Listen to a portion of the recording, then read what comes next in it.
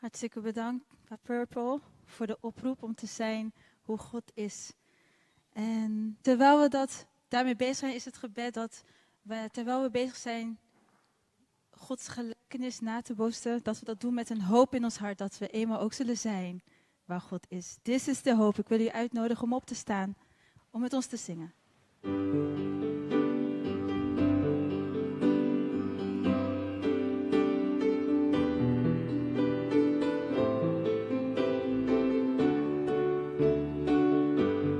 Gemeente, dit is de hoop. Dit is de hoop die in ons harten brandt. Spoedig te zijn in het vaderland, waar onze heiland ons plaats heeft bereid. Hemelstehuis voor de eeuwigheid. Wij geloven, het is de tijd dat de naties wijd en zijd zullen zingen tot Gods eer.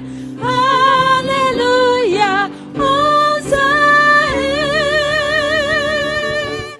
Dit is de hoop die in ons harten brandt.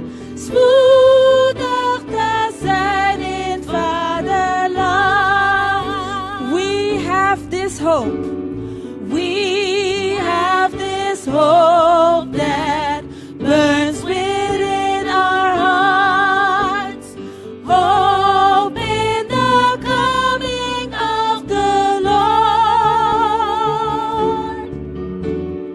We have this faith that Christ alone imparts. Faith in the promise of His word.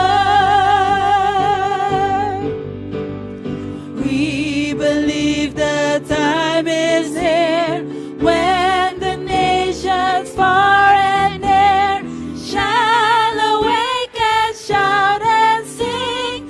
Hallelujah, Christ is King. We have this hope that burns within our hearts. Hope in the coming of the Lord.